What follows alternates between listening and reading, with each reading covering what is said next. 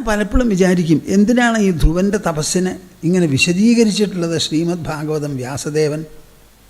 5 വയസ്സായ ഒരു കുട്ടിക്ക് അവൻ്റെ മനസ്സിൻ്റെ ഇച്ഛാശക്തി കൊണ്ട് ഇങ്ങനെ ഒരു വ്രതം അനുഷ്ഠിക്കാൻ സാധിച്ചാൽ അതേ മനസ്സുകൊണ്ട് നമുക്കും അതുപോലെ സാധിക്കില്ലേ?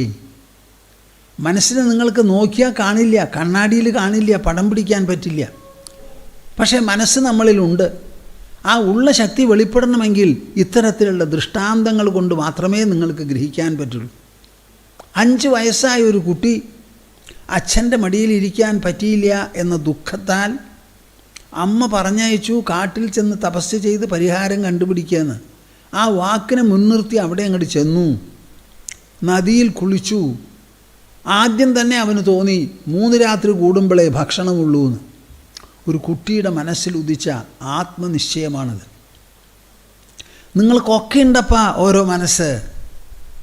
ഈ ഭൂമിയേക്കാൾ പഞ്ചഭൂതങ്ങളേക്കാൾ ഇവയൊക്കെ കവച്ചു വയ്ക്കുന്ന പ്രഭാവം നമ്മുടെ മനസ്സിനുണ്ട്. മനസ്സ് ദ്രവ്യമയമല്ല, ഭൗതികമല്ല, ചേതനാമയമാണ്. മനസ്സ് ഉണർവാണ്. ആ ഉണർവ് പഞ്ചഭൂതങ്ങളിലുമില്ല. അതിൻ്റെ പ്രകടനമാണ് നമ്മുടെ ശരീരത്തിൻ്റെ ഉള്ളിൽ മനസ്സ്. ആ മനസ്സ് വരുത്തി തീർക്കുന്നതാണ് എല്ലാം ഈ ലോകത്തിൽ. ആ മനസ്സിന് അപാരമായ ശക്തിയാണ്.